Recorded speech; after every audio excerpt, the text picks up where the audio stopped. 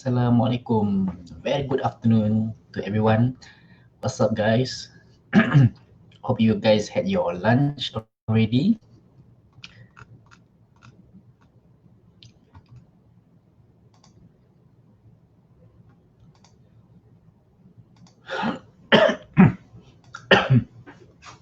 So if you're watching, please say hi so that I know that you're watching this. Okay, let me just set a few things.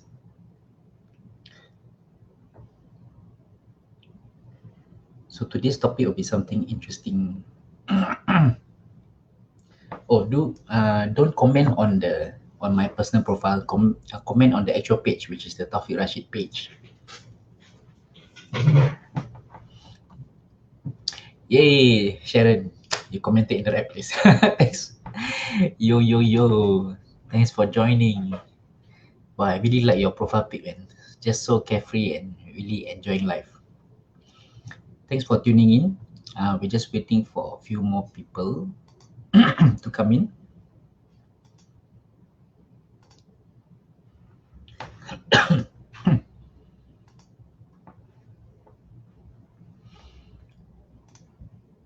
So Sharon, have you had your lunch already?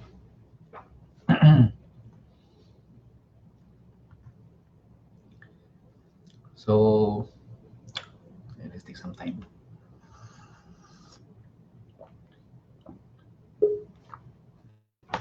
So today's session will be something unique and special because I've brought in a special guest. He's also my good friend. So Mr. Khalid Awang is somebody who is well accomplished. He's had experience being in the financial sector, the investment sector, and he has also financially retired for some time. And it's always a very what do you call it, rewarding or very a lot of pearls of wisdom that we get to learn from him every time we talk about things related to money. So this is something that is very important for all of us, especially now with the COVID-19 pandemic going on. Many people are affected, and many people are financially affected as well. So we want to learn from him and find out how best to manage our money, especially during this time, and also, in fact, can we even grow it? Okay, so let's bring him on. Okay. Assalamualaikum. Waalaikumsalam. How are you? Good, Can Alhamdulillah. you hear me? Can Yes, you hear me? yes. Okay. Can you hear me? Yeah, I can hear you. Trying something new. That's all. You see? Oh, okay. Good. Yeah, it's Yeah. working well. So nice to All see right. you. That's How are great. you? I'm good. I'm good. How's things again? Okay. Since the reopening got a bit more busy, but the circuit breaker was very quiet. How's your circuit breaker? Uh, Quite the same actually. Uh, yeah, I mean more time with the family, of course, because they are the busy ones. I'm the bum of the family. You see? Yeah. So, But then you'll be, I mean, last time you can relax at a cafe, but now you just stay at home, lah, right? yeah, my own cafe at home. Yeah, yeah. Yeah. So just drink your own coffee and drink your own, eat your own croissant and all that. That's true. That's true. Yeah. I mean, Okay, there's a so saying like to yeah. wait for a perfect moment is almost impossible. So you make every moment perfect, right? Oh, I love that. I should put that quote down here. All right, so I think we can start. We already got about 5, 6 viewers on. Okay. So I think they're all quite excited to hear from you. I think nowadays a lot of people are affected by the pandemic in different ways. So some are uh, badly affected, some are only a little bit affected, but they may be worried. Some are okay, still surviving, still having their normal job and normal income. Some are still doing very well. So I would say, yeah, maybe you can have a bit of introduction about how do you think this pandemic has affected us financially, and how do you think this is gonna go from here on out, because we're going to the reopening phase and all that. What else can we look out for after this? Well, you know, this is really unprecedented, as what has been mentioned over and over again. You know, it used to be that we will shake hands and smile at each other and, you know, give a hug to as a show of affection. But now, the way you show love is to stay away from each other physically. You know, people can see you while you're smiling. Only, you know, your eyes movement, probably you can see that, and Mm. also you know, for you to have no contact, and that is a show of love, actually, which is kind of interesting. And of course, yeah, I mean, and also, you know, it used to be that high tech was synonymous, you know, it is antonymous, sorry, with high touch. So people say that we are high tech, it's impossible for you high touch. But now it seems like we are using technology to stay in touch, not just to stay in touch, but also to maintain that level of intimacy with our loved ones. You know, for example, only recently that we, you know, having the flexibility to go and visit our elderly, for example. Previously, we have to do something like this, you know, on screen and Yeah. say hi. And can you imagine those who are not very technology savvy? They only know a phone is for you to just make calls and that's it. I mean, my mother is one of them. She's 88, so she uses a phone just to make calls. She doesn't read messages. There's no WhatsApp, nothing. Yeah, Okay. compared to my aunt who is 70 something, right? She's on social media. She Wow. you know, she does Zoom. Yeah. I'm surprised actually. Yeah. So yeah, I mean, if you were to ask me, definitely it has actually affected us in every aspect of our life. It goes beyond financial. It goes beyond. It has actually affected us in many ways, like mentally, emotionally. Yeah. So all this actually encompass a bigger impact on us rather than just financially. One example is that if we are feeling good about ourselves, right? Chances are we're able to perform at a higher level. So which means also if we were to go out there and let's say do our job, we will be able to function better. But this has actually caused a lot of worries, and as a result, we actually compensated here and there to see so that because we are living in constant fear, you know, the fear of this, fear of that, fear of everything. So because of that, it actually hold us back even more. Just an example, right? If we talk about in terms of economy, for example, in any recession where people, you notice that people will actually hold back on spending. Mm. Yeah. Okay, but in a recession period is when you should spend. I know it's counterintuitive, but you say, "What? Yeah. Wait a minute, how does that work, right?" Because Yeah. in a recession period, when you spend, the economy will be rejuvenated. It will get Mm. excited. It will move faster. It will grow faster, and that spending will induce everything else: growth, investments, and you know, the list goes on. I'm actually excited to read the news this morning that uh, you know, savings in Singapore accounts, right, from outside has increased by 44%. So which means people from everywhere else in the world are depositing money in Singapore. In Singapore.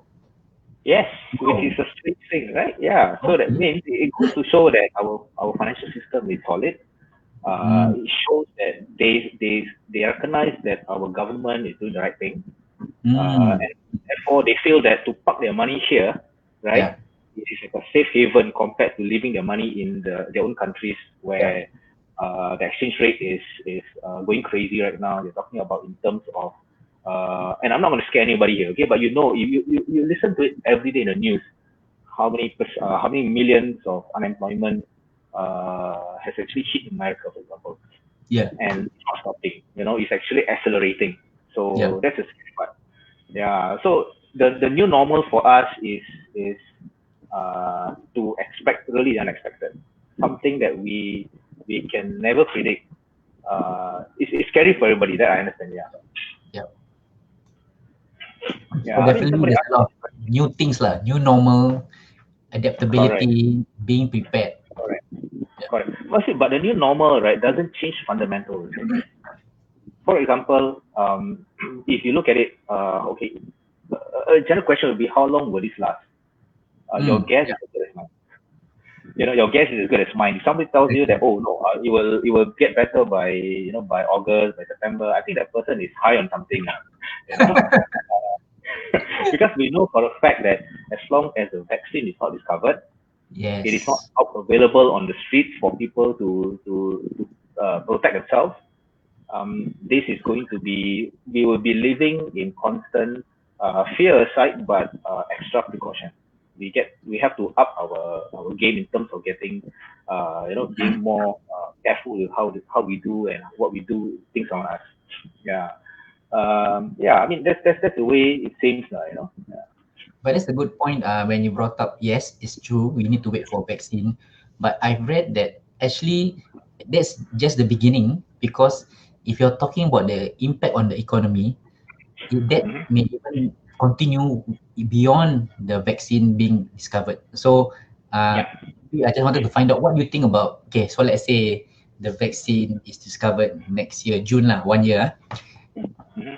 How would you think the economy? I mean, how long do you think the impact will still last in the economy, or how long will it take for our economy to recover and things like that?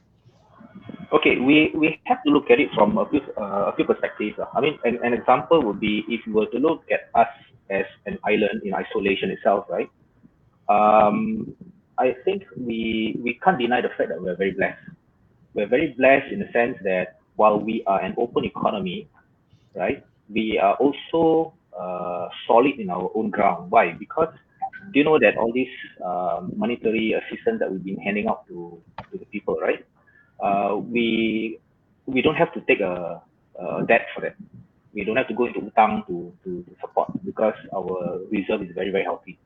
Hmm. And that has been why that happens is because of what our forefathers have been doing. They have been very very frugal. So that actually if you look at it, there's a strong parallel between that and how we should manage ourselves as well. Hmm. See, so like I was telling you just now, that the fundamental doesn't change. Is that you can never rely on single income. That would be Oh. something that's something that most people seem to overlook because they feel that, oh look, I have a comfortable job. Hmm. I had a very comfortable job before. Yeah. Fortunately, during the financial crisis in 1997, 98, I was riding it because I was among the team that are able to turn the business around because we are in a way sheltered from the financial crisis because we are operating in a country where the foreign exchange, right, is not floating globally at that point in time because I was managing the Vietnam business unit in Indochina. So Vietnam currency wasn't traded openly. So it's Hmm. not really affected by the financial crisis. But yes, I have friends that lost a job. And in 2007, 2008, my very good friend was a was a very senior position in Lehman Brothers. Uh, the next morning went to work, right? Cannot go in because why? Because the company just collapsed. Yeah. So Yeah.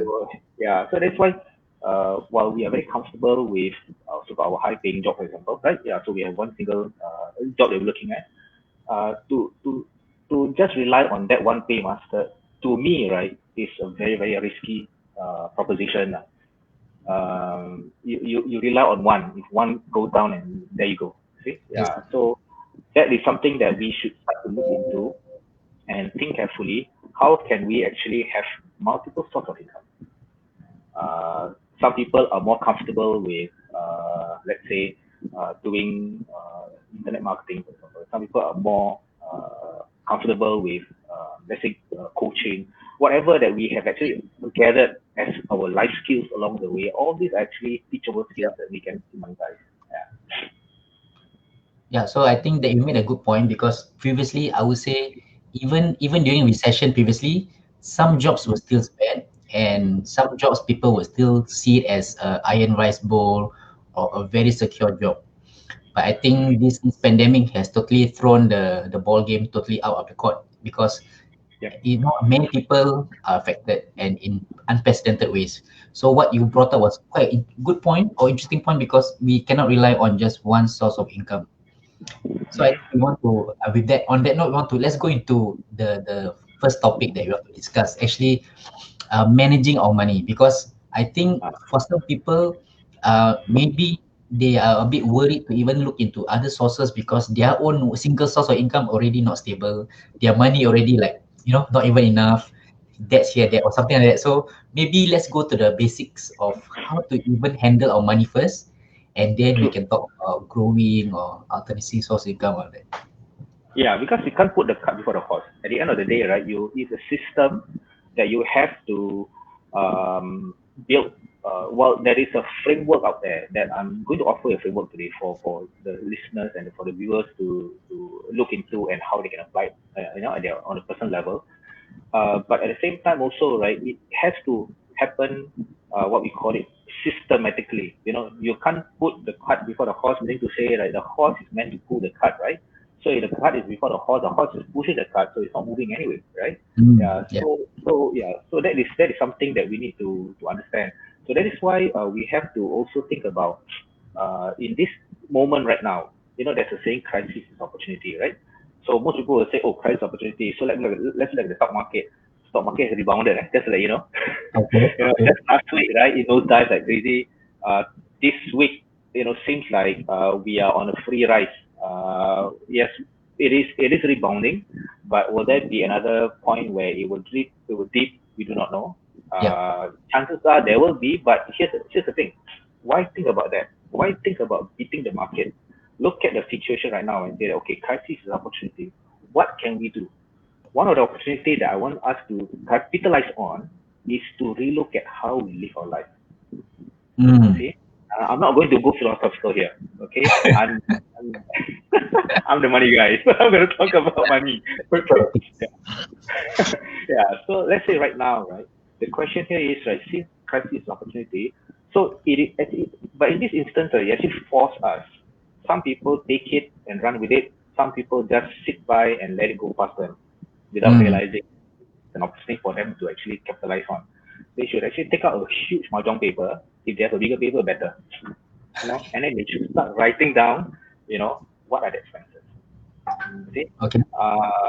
yeah, because see, consumption, right, is good. Like I said just now, right, in a recessionary period, when you consume more, the economy will be stimulated. Yes, Yeah. that's true. But if you are consuming carelessly, if you are just spending senselessly, then Mm. you are digging your own grave. So more importantly is for you now, right? For us to actually take this opportunity to relook at how what we define as needs and wants. This is very, very crucial. Very, very Mm. crucial. Because without understanding that, we will go in circles. For example, something very sensitive when you say, yeah.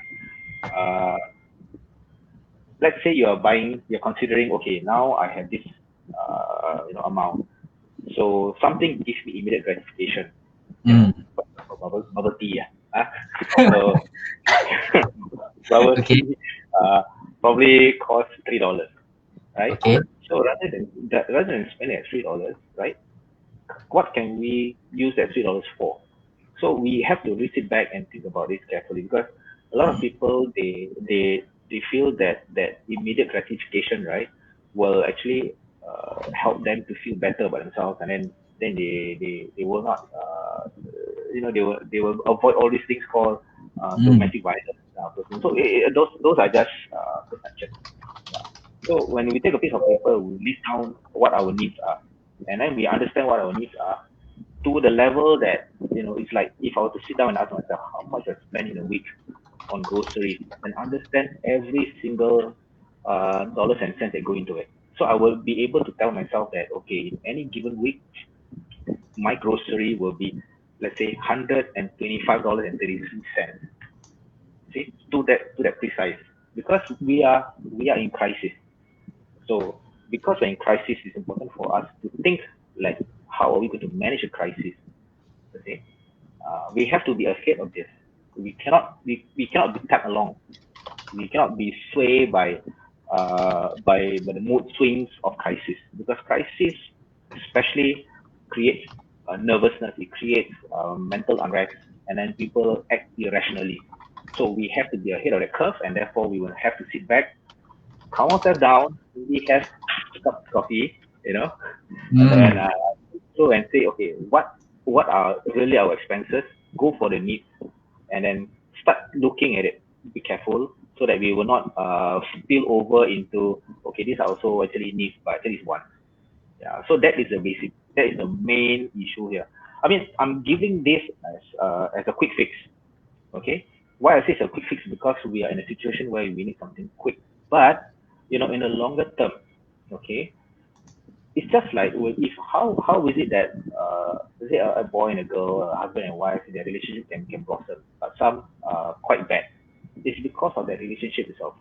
Similarly, money is also something that we need to have a positive relationship with. If we Mm. don't have a positive relationship with money, right, Mm. and then we let money rule us, you see, and then we have frustration. And when people say that money is root of all evil, no, it's not true. A person is evil with or without money. you know? Yeah. Uh, so I mean, there's a lot of all these so-called limiting beliefs that we have been exposed to, the one that hold us back. So that is why we have to take this drastic action. Look at this as an opportunity for us to step up, and then people say bite the bullet, eat humble pie, and just relook, and then restructure, re-strategize. Yeah. So maybe you can actually share with the framework that something that everybody can benefit from. Okay, let me show you the slides. Yeah. Yeah. Okay. So this is the framework. Like I said just now, right? Well, a framework is something that it will give us um, um, something that we can work on, for us to look at. This is something that when you look at and you ask yourself, okay, where are we? Where are we on this? Mm. For example, you can see that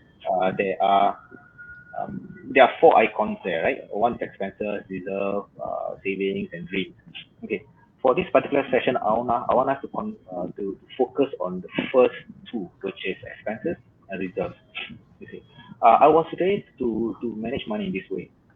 I save first, I spend what's left. You see, but I've heard time and again people say save when you go and spend your money, after that then you save. You see, so that is the reverse. So which means you would now do not have a proper system of building on your reserve. So if I have say $10 and I tell myself, okay, I'm going to take this $10 out, uh, and I'm going to spend it, and then what's left I will save. Mm. So I may save nothing. you know I may go and spend $1, come back with $9 and save, or I can go out and spend $9.99 and come back with 5 cents, 10 cents and save. So that saving itself to build on my reserve, it is not consistent, and because of that it becomes erratic, right? So when it's Mm. erratic, right, so sometimes there is, sometimes there isn't, and then at the end of the day, right, you look at the end of 1 month, right, your savings jar is negligible, and then this cycle repeats. Imagine you do that day in, day out, every day, every week, every month, every year. That is why I have known of people who earn $10,000, $15,000 a month. At the end of 10 years, they don't even have $3,000 in their savings. Mm. Yeah, it's because they put consumption first. Okay, yeah, there's this issue about, so how much do you know enough or not enough? That's why I said just now, right? You have to take a big piece of paper and list down all your needs versus your wants. Look at your needs. So these expenses is, that means on a monthly basis, for example, what is the bare minimum to have? Without this, I can't survive. Okay, so which also means, right, taking bus versus taking Grab, for example, or taking Mm. taxi. Yep. Yeah. So because we are in a crisis mode, we are wanting to ramp up on the reserve part. Once the reserve is built and it becomes healthy, then it's okay. Because uh, recently there's a newspaper article saying that two-thirds of Singaporeans, working Singaporeans, don't even have enough to cover them for 6 months. This 6 months. pandemic, yeah, don't even have enough to cover them for 6 months. So which means, right, most people are paycheck to paycheck. They work this month, they have this salary, and then they're waiting for the next month salary to come in on the halfway through the month, for Yep. example. Or some of them, they barely have enough to string through for the next month.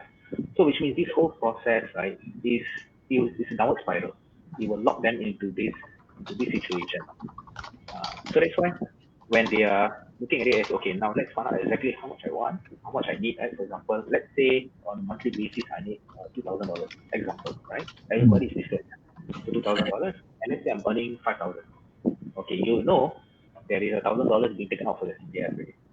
So that in itself actually a savings for you already. But you know that is to serve other purposes. For example. So now you have your disposable income becomes 4K, but you know your expenses is 2,000. So immediately, right, you take your 2,000, separate it into expense and reserve. You know, maybe we can go to the next slide. Then I can show you the step for step one. Okay. So step one, Yeah. Okay. See, step one. So you have to set aside what save, what use, right? Yeah. Then in this instance, for example, right, because you want to make sure that whatever that's coming in, you are squeezing every single cent out of it to use it. I like to introduce the word use versus spend because spend has a negative connotation of being careless. Use has a connotation of being careful because when you use something that is supposed to benefit you, and you spend something, it just feels shock, right? Mm. Yeah. so so how I'm going to use these funds that's coming in, and then we split them into the expense and also into the reserve. Immediately, you have to do that first, right? Because once you have started that, you have actually have a consistent build up of your reserve. So assuming, let's say, 5K, 1,000 go to CPF, and I need actually 2,000, so I have another 2,000. So that means my savings is 50%. You know, this 50% immediately I put into my reserve. So that means for every 2 months I work, every 2 months I have 1 month reserve, right? Is that your So recommendation? Like how many percent recommended um, percentage? uh, it is difficult for me to recommend a percentage. Okay, I know some of them out there will say that go on 30%, some say 40%, some say 50%. I mean, these are the things that it's an easy number to speak, you know. But most people who are in that situation itself, right, they say, look, you have money 2,000, you know, and I thought CPF maybe 400, 1,006. You ask me again 50%, maybe 800 spend what? Right? So those numbers, like let's just say percentages and all those things, right, are easy to just figure out. More importantly, right, is to start the habit of putting aside. So that means we have to understand our spending pattern, exactly what we spend on, where our money goes to. Mm. Understanding that importance, then we will focus on just that. So which means that for the next 6 months or maybe even 1 year, we have to tell ourselves that, yeah, I like to buy that, but no, that can wait. That can wait. I need to build my reserve first. Because once you start building a reserve, right, you'll be surprised. And sometimes you feel that, yeah, 6 months is a good start. But look at this situation right now, pandemic like this. 6 months, it is like I said, it's like you're looking in the well where you don't know what the bottom, you know, and you do not know when you hit that bottom, and then if you feel that you have a long string or a rope that can stretch say 1 kilometer, what happens if the tip is 1.5 km? So the half km you're gonna just crash and burn, right? Mm. So that since we do not know when it's gonna end, more importantly is for us to start building as quickly as possible, be as strict as possible with our spending. Spending is on the necessity. That means we use our money, don't just spend. And Use. once yes, correct. Once you start on that, right, you will realize that it is it is a habit.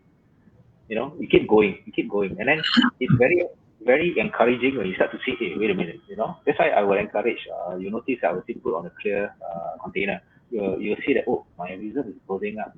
That visual effect is impactful for you. You start to realize that, hey, this is good, I can do it, and then you get motivated. Of course, there are some people say, wow, money can spend already. Yeah. uh, and then they go and they break the piggy bank and they can spend. So I mean, it's something that they have to come to terms with. They have to be disciplined about it. Yeah. Maybe can I clarify the point number two, right? You actually separated savings and then the reserve is actually under the money to be used. Am I right?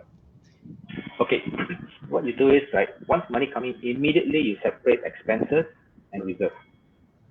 So expenses is something that you have to understand this carefully. That's why I said you have to go through this exercise of putting down what your needs are. You have to understand to the last dollar how much it costs.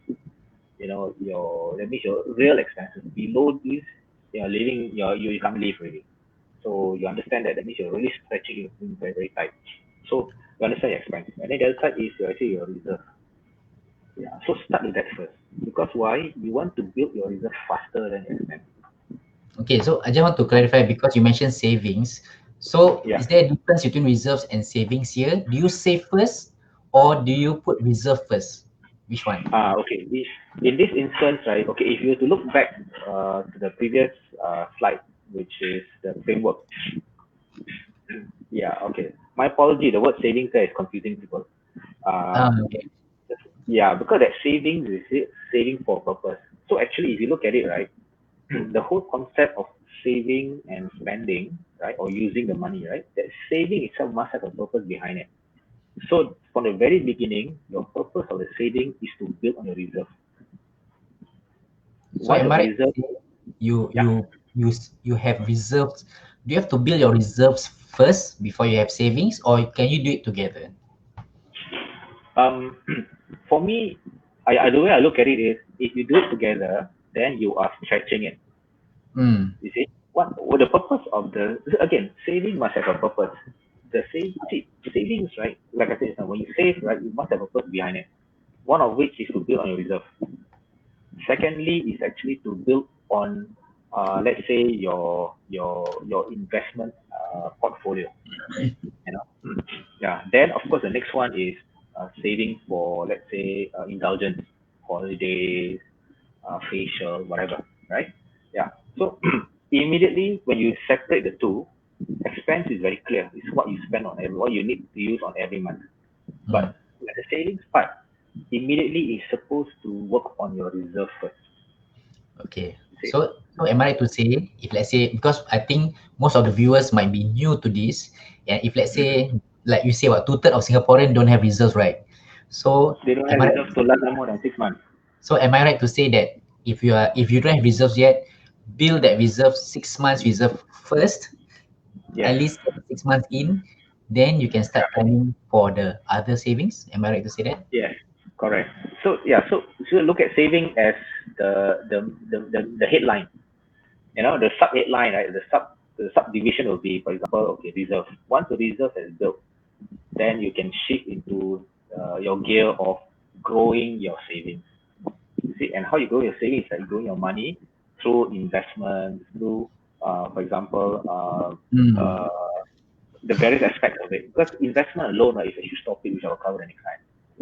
Yeah, you know, and then of Okay. course that way, yeah, you also want to say that, okay, why don't because see, the best way is actually to get your income from your investments to pay for your dreams.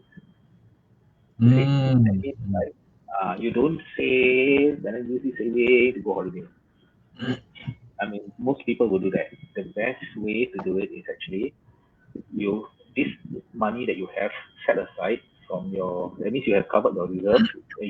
Your monthly expenses will always be there, because that's a running number, which means you start opening balance can be 2,000, the ending balance will be zero for your expenses. For your reserve, it's supposed to build 6 to 12 months. So that means that if 1 month my reserve, let's say my expenses for per month is 2,000, I want to be on a 12 month reserve. That means I must have 24K waiting in case I lose my job, in case I'm whatever, right? I can then draw on this based on needs only. Then anything beyond that, then I can actually put money in the various investment instruments that will generate income and yield, for example. And that yield and income will be the one that I use to go on holidays, buy diamond rings, things like that. Hmm. That is the Hmm. ideal. That Okay. is the ideal. Yeah. Okay. Okay, great. That's clearer. Thanks. Yeah. Sure. Okay, you want to go to the next step or this one okay already? Step one? Yeah, this step one is, yeah. Step one is pretty much step two is actually what I've actually mentioned just now, is uh, understand the spending pattern. Remember just now I talked about crisis opportunities, or you take out a piece of paper and then you start to list down all the things. Yeah, because see, the step one just now, right, is if you do it right, then you have to, then the step two is to ask yourself why like that. Why is it that, for example, right, I set aside $2,000 for my let's say expenses. At the end of the month, I say, hey, I have $200 balance. So how is it that I can spend only 1,008? How can I only use 1,008? So then I realized that, okay, maybe my expense is not 2,000, maybe it's Mm. 1,000. You see? Then I will look at, so that $200 balance, and where does it come from? Is it I forgot to to pay insurance, for example, or is it I forgot to pay my phone bill, for example? Then Mm. if all are taken care of, then I realize that, hey, that means, right, that this $200 that's sitting around that actually I don't need, but because I'm so used to spending it, it could jolly well be like cutting down on bubble tea, or fancy coffee or cakes. Yeah. So then, this one can go into my reserve. Again, once you build your reserve, you have to build it systematically. You cannot build it opportunistically. Opportunistically means ada-ada simpan, tak ada tak buat. That means if Yeah. you have, then you save. You don't, then if you do that, right, you will never get there. Will never But grow. correct. Once you fix that as a commitment, take it like, oh, I get 20% deducted from my CPF. I'm going to set aside another 20% deducted for my this reserve, for example. Because if you save 20% every month for your reserve, right, you have to work 5 months to secure 1 month. Understand, Mm. right? Yes, Yeah, correct. because if you're, so yeah, so the numbers go that way. Yeah. So if the sooner you can build on your reserve, that's why some people they take years to build on reserve. Some people they can take within months. Because why? Because they realize that, okay, yeah, I earn this much, but okay, for the next 6 months, for the next month, 8 months, right, I'm going to just tighten my belt, bite the bullet, and just build that quickly. Once you build that already, right, okay, then anything extra go towards the savings or everything else. Because some people say that you want to invest, you must have $100,000. No, it's not true. Mm. You know, Mm. I invest with $300. You Yep. know, Depends yeah. on your So it is expenses. correct. So your strategy has to be right. Yeah. Mm. So this step two is to understand your spending pattern. What you use the money for, and then if there's a balance, why was there a balance? If there isn't a balance, why isn't there a balance? Yeah, Mm. Okay, so we right. go to step three then. Yeah, sure. Okay. Yeah. So step three is establish parameters, right? Okay. You see, if you are a married person and you let's say you don't have children, you are still a single couple, for example, right? Husband and wife, then this is something that has to be done jointly. It is not a journey that you want to take alone. Imagine, right, you set aside uh, this much for reserve, and then your husband, for example, come, oh, take the you can buy something else, or not being frugal about it, and then the wife's effort becomes very, very it's in vain, the wife put a lot of effort to start on this, but the husband did not buy into this idea, and then the husband will just keep drawing down on the reserve, then it's not going to work. So this is something where husband and wife, if just husband and wife sit down together, and then like make a commitment to each other and say, okay, let's do this together. Okay, we have to do this, and this how it works out, and pan out quickly. If it's a family, then do it as a family. You see, the problem is money is a sensitive issue. A lot of times, it is people feel that without money, they they it is like a question of self worth, which is not true. It is a limiting belief that we were raised with. That's like I said just now. We are raised with a certain limiting belief. We have to keep that out from our system. And then just like if this is because this is a relationship building, Yep. so it is a long term game. And the long term game, it goes beyond just budgeting. This is just the how to do it. But more importantly, when you start to sit down and work on the mindset, that one is actually more important in the long term. But the quick one is, yeah, to go through this step very quickly. Yeah. So basically, the mindset is first of all important because we are so used to instant gratification. So we need to Mm-hmm. plan in the long term and look into delayed gratification for the benefit True, of our long-term planning lah. true, very true. Yeah. So yeah, so step four is actually how should I say it? It's a no-brainer. Stay on track. Uh, Mm. all here is sometimes when they say, yeah, I'm on track, but sometimes they regress, you know.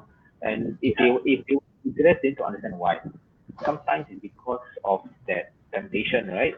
I must have the bubble tea, so get the bubble tea. So they Why did. it is not bubble tea? Because to me, right, it is an interesting Just phenomenon, joking. Why? Yeah. I was like, wait a minute, how come when they announced that bubble Rasa tea lah. will be I like there, bubble there's tea. a long queue. I do too, Yeah, but when you see the long queue of people trying to buy bubble tea just because it got shut down, right? So then it becomes like, Yeah. yeah, it defies logic. It defies logic. And I have a friend that filled up what do you call it, refrigerated bubble tea. So I said, what, you going to open a shop or what? Then she said, no, lah, every day, me too, my husband too, my daughter too. I said, wow, seriously. Yeah. Imagine the amount of sugar they put into You that. cannot survive without bubble tea, right? Yeah. I mean, just that alone, I was just doing a mental sum. I was like, wow, one day on bubble tea alone, 3%. Can you imagine? It's like $18, just like that. Just on bubble tea. It's per day. Can you imagine? Like $18, you can actually But buy actually, a day. bubble tea is a very Yeah. good point. I think maybe one thing I feel I want to add is, I mean, at the end of the day, it's a beverage. Starbucks is a beverage. Coffee is coffee. The Yakun coffee is half or even one third the price of Starbucks. And the coffee you make at home could be even one tenth of the price of a Starbucks. That's true. So, and then I also, this is what I noticed. I don't know, I'm not saying young people or older people, but then some of them I know they don't really earn that much, but they like Starbucks. They order Starbucks quite regularly. And then don't even say bubble tea lah. Bubble tea is actually cheap compared to Starbucks lah. I just want to say. But and then I also noticed there are people who also go for expensive haircut. This is something I saw, Mm. and because the same haircut, I mean not say same lah, maybe not so nice, right? You can get a good enough haircut maybe for $10. Then some people may go for the hipster barber, that's at least $30. Some can go for the a bit more atas barber, $50 to $80. And this is something you need to cut every 2 weeks. It's like, you know, how much Mm. this is just my thoughts lah. I mean, how important is it for your hair to look 10 times more expensive than, you know? So just something that I observed. Yeah. I mean, you can go that, if your reserve are solid. If you don't have to worry, meaning to say you are living in abundance. But if you are in a crisis situation, these are the things that you need to quickly trim down and say that, look, I mean, I've been on my $10 haircut uh, since forever. I've been to the same barber that my father used to go. Mm, So then my father brought me, so I go there, and then now I bring my children there. So so my boys there. So mm, same barber, same guy. yeah. So, Because this is what I yeah. noticed, because I know for sure that some of these people who I saw who go for the expensive haircut don't have reserves, because I know. So this is just an observation lah. That's, I think, partly why most of us don't really have reserve is because we like to spend on things which you can actually spend less on for the Mhm. same similar thing. Yeah, it's just my thoughts. Yeah, it's very, you're right. You're right. In fact, that is the culprit. The culprit is again, we need to have the maturity to understand what is what want. And a lot of times, right, wants cross into needs. Okay, and we say that no, this is a need, but actually it's a want. I mentioned bubble tea. I mean, there are other things like cigarette and things like that. Those are addictive behavior, which we can actually, uh, like I said, crisis opportunity. So take this opportunity to get ourselves out of. Again, like I said, it's very sensitive to talk about this because some people will say, no, no, no, I must have. I mean, yeah, it's fine. I Yeah, mean, at the end of the day, right, if you're good, then you're good. the Yeah, emotion may come in to tell you that, hey, this is actually a need, when actually that yeah, need doesn't have to be 10 times more expensive if you had really looked into the details of what are your other options. true, very true. So let's go to the step 5 before we end this. Yeah. Yeah. Okay. Step five. Step five is once you have developed your much needed reserve. Remember, I was telling just now, right? Actually, in the grand scheme of things, we break it into two expenses, which is the running balance of your day to day, and it starts at a certain dollars and ends at zero because there's an expense. Uh, the other one is saving. So saving must have purpose. One of the purpose is to build your reserve. So if you have built your reserve, then you can use your savings to build on your capital of to grow your money in the various aspects. Some people feel that okay, I now will use this money to maybe to buy let's say mixer or oven, for example. And then with Mm. the oven, I will bake cake. I mean, investment doesn't have to be just going to buy stock and shares. It can be something that you can generate income out of. Yep. An oven, for example, is one. A sewing machine could be that. See, because Yep. then there's a yield behind it. So if I have a sewing machine and then I can sew, let's say 200 masks in a week, and I can sell Mm. for how much? That's a yield right there. If I buy a mixer or oven, so I can bake cakes and that becomes some that.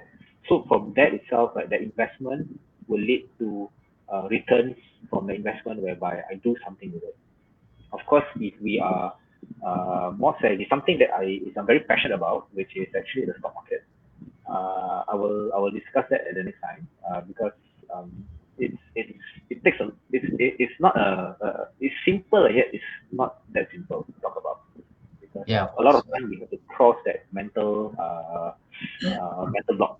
Yeah, Okay, yeah. thank So you. yeah, I so like step five because suddenly it's like after step one to step four can be very challenging or even torturous for most people to you know start from that bubble tea lah, that Starbucks lah, that nice haircut. Just before you even get to step five, and it's step five, not even number three or number four, it's five.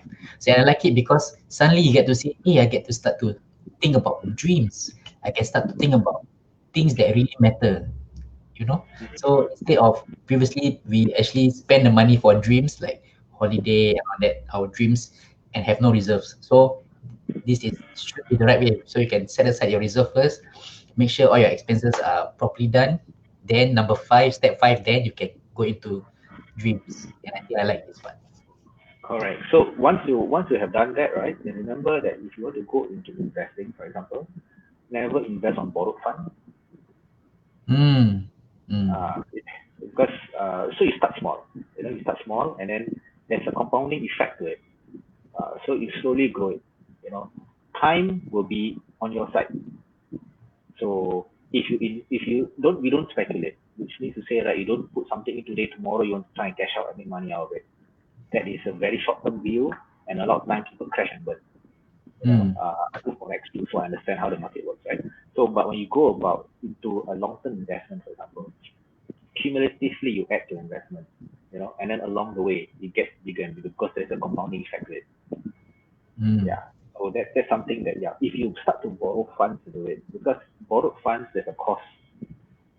You see, cost of borrowed funds sometimes right cannot it catch up on you because Mm. it also has compounding effect.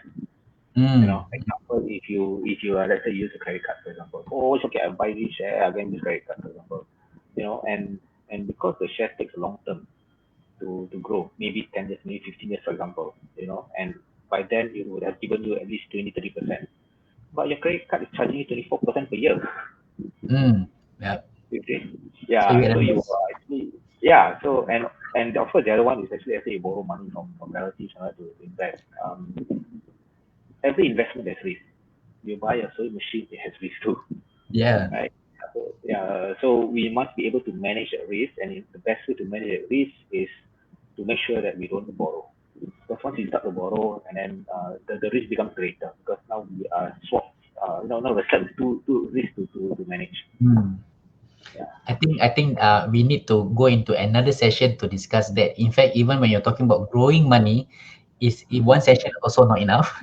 So we also need to break up into different components of what areas or how to grow your money in different areas. So if you guys are interested to learn more from our expert here, do leave your comments and say that yes, I want to know more about. I want to know how to grow my money. So at least I have I can tell him that a lot of people are looking forward to learn from him. Then I can invite him again to share all the pearls of wisdom. Because first of all, let's all settle this, our own management of money, and then we can start looking at how to grow our money. So please remember to leave So your the comment. thing, yeah. So the Yep. takeaway of for today is actually right to quickly first and foremost understand the expenses. So to in order to understand expenses, we need to narrow down exactly what the needs are, and then to build on the reserve. Just practice these two first. These Yes. two very very important. Practice these two first. The next step, when time is right, you can just embark on it.